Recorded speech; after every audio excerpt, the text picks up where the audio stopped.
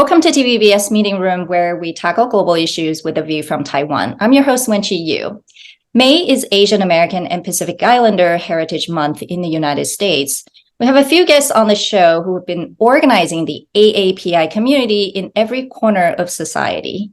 Since the COVID pandemic and the changing geopolitical landscape, Asians in the world generally feel more vulnerable to attacks and even violence where they are a minority.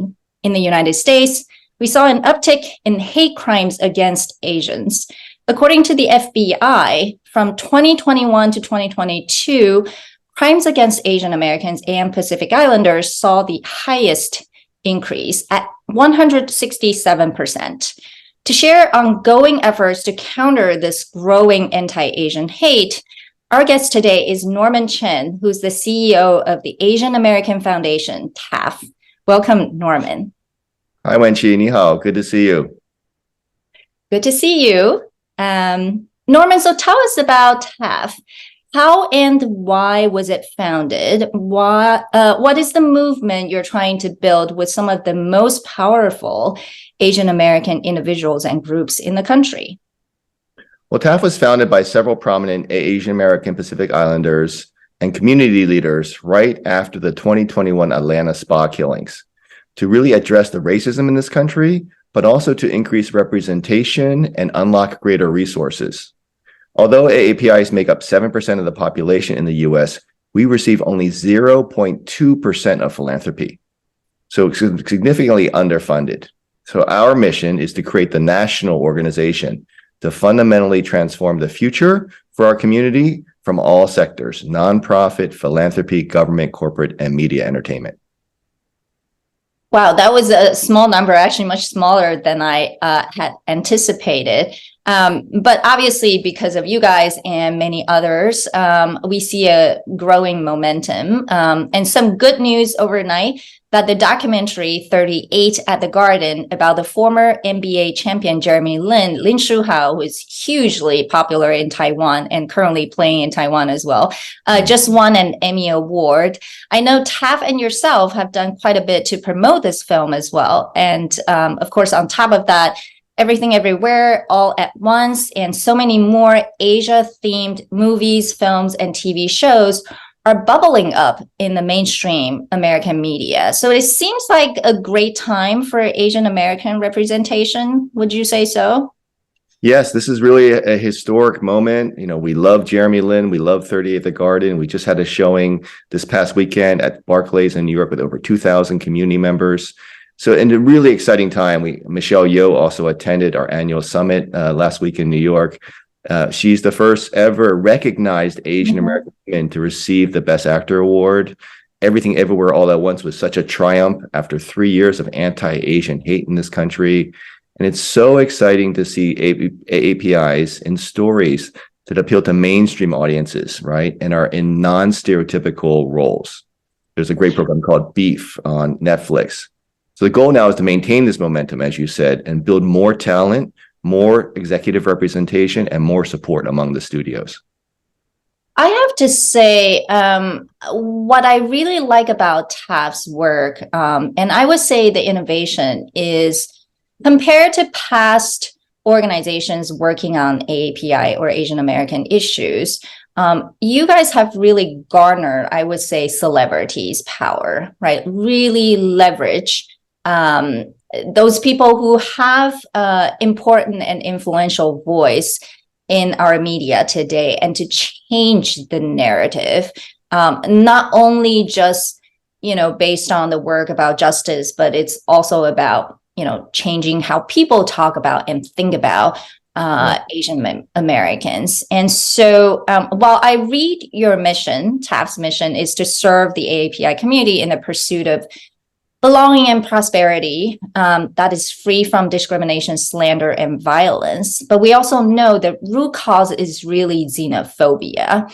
and often compounded by crises such as the COVID pandemic and, to a certain degree, right, U.S. foreign policy. And so how does TAAF navigate this balancing act, right? You want to demonstrate API's Americanness, loyalty, and patriotism, but you also want to secure and strengthen our ties and heritage to Asia. Yeah, no, thanks, Wenqi. We do a study every year called the Status Index, status with 2 A's. And there's one question we asked there, which is, do you think Asian Americans are more loyal to the US or to their home country, if you will, from Asia? And 1/3 of Americans approximately still think that Asian Americans are more loyal to a country in Asia. So they do question our loyalty oftentimes. So this is a survey for broader than Yes, so it's a survey for all Americans. We actually, over the past 3 years, have interviewed 13,000 people across the country. And this is a consistent finding that people still, 1/3 or 1/4 of Americans still feel that we are more loyal to a country in Asia than to the US. So what this touches upon are these 3 long-standing stereotypes and tropes within American society. The perpetual foreigner, that no matter how many generations you've been here, someone will ask you, where are you from? Oh, I'm from Maryland. No, where are you really from? Oh, I'm from, okay, Baltimore. They want to know, where did your ancestors come from, right? And because they will sometimes never think of you as truly American. And the other second one is the yellow peril, that China is taking over the world and there's a threat from China, which is, of course, happening now. But then that's balanced by this model minority myth, right? Which then looks at Asian Americans as very kind, hardworking, and smart, and sometimes puts us in a divisive way against other communities of color to try to set us apart. So we fight all those stereotypes and tropes, and which is a lot based on ignorance, which requires more education. But to your earlier point, we also celebrate our Asian culture, celebrate our diversity. We are, 50 communities and cultures with over 100 languages, and we love the differences between East Asians, South Asians, Southeast Asians. We celebrate our diversity, but we come together to build economic power, cultural power, and ultimately political power. And I guess in that process, have you encountered any resistance or even questioning, right? Sort of, okay, why are you guys doing this right now? Obviously, there's the justice and the crime part of it. But was there any suspicion sort of, are you choosing, for example, China over the US? Have you ever been asked this kind of question? There's certainly challenges by starting a new organization, right? We are coming in, and there have been people who've been doing this fantastic work for decades. And so we are a new player in the space, and that always takes time to build trust. We also have a lot of people from the corporate sector, and sometimes people in the nonprofit sector don't necessarily trust people from the corporate sector. So we're building relationships as well. I think people recognize that, again, we are pan-Asian, and so that we are focusing not just on China and China-related issues, but whatever is better for our overall AAPI community. And so, overall, we've been really impressed. People have come to us and said, gosh, I've been waiting for more national representation for a long time. We really need this within our community. The Black community has NAACP, the Latino community has Unidos US and other organizations. We have a few national organizations, but they just lack resources, lack recognition. And so we've been seeing tremendous response across all these 5 sectors to bring people together, to innovate, like you said, unlock more resources, and build solidarity. Well, clearly you've been in this movement for a long time. So before joining TAAF, you also founded another organization, Launch, to address racism and representation issue for the API community. It must have been a personal mission of yours. So when did the moment really begin when you felt like the community needed to come together? Long before, the COVID pandemic and the Atlantic Spa massacre. So, I've been an Asian American my whole life, so I felt passionate about Asian American topics and issues. But most of my career has been in the for-profit sector. I was a venture capitalist. I worked in healthcare. I worked in Asia for 20 years. And it was really the last 3 years when we had this spike in anti-Asian hate that I felt like, instead of doing nonprofit work for other communities, it was time to come back and support our community. And that's what I've been doing, and really passionate. And it's been so exciting to do something for your own community and give back and really see the purpose and the impact that we're having. It's been a wonderful balance between East and West, for-profit and not-for-profit. And I'm really invigorated and excited about the work we're doing now. And what do you think this round, how is it different? This round of attacks against Asian Americans? Just the movement in general, right? Yeah, I mean, in 1982, Vincent Chen was killed in Detroit, right? Because people thought he was Japanese American. And there was a spike in anti-Asian activity. And some of the leaders of that time, such as Helen Zia, still remain inspiring to the rest of us today. But there was a little bit of a decline in activity, a few years afterwards. So our goal now is to really bring greater resources, greater movement. And I feel like for the first time ever, we do have the resources. We do have the leadership. We have the next generation. We have social media that really have a historic time to build this momentum. We just announced a $65 million initiative, our portfolio strategy for the next 5 years. Other organizations are doing great work.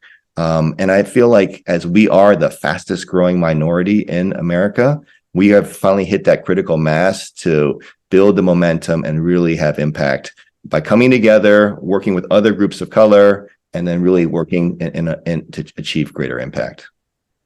Yeah, I think the resource is really the key this time around. And how much did you guys raise, or the endowment was? I can't remember. So we started off our campaign 3 years ago with a giving challenge where we asked organizations around the country to tell us how much they were committing to the AAPI community. And through all their commitments, and part of it went to TAAF, over $1.1 billion were raised. Of that, roughly about $150 million is earmarked for TAAF over 5 years. And about half of that is from our board directly. So all of our expenses are really covered by our board members. And all the funding we raise now goes 100% directly to the community. And our goal is to really unlock more resources for our community. That's amazing. We're chatting about how you lived in Asia for 20 years in Hong Kong, right? And so, that was a really important part of your life experience. So I would say you're truly one of those Asian Americans who's knowledgeable about both worlds. Unlike some, we know those people who kind of, would choose one way or the other. So tell us, how has that Asia experience influenced your thinking and your work right now on building and organizing the AAPI community? It's had a huge impact, Wenxi. It's really who I am today.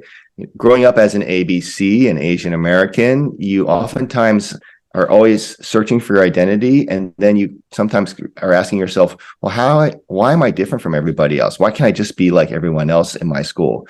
And you don't fully appreciate your culture, your heritage, even though your parents say, be proud that you're Asian, be proud that you're Chinese, right? Go to Chinese school.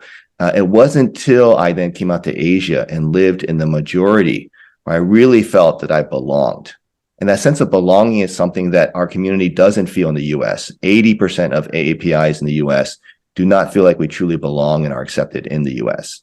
So everyone goes to search for their identity, but not everyone feels like they belong all the time.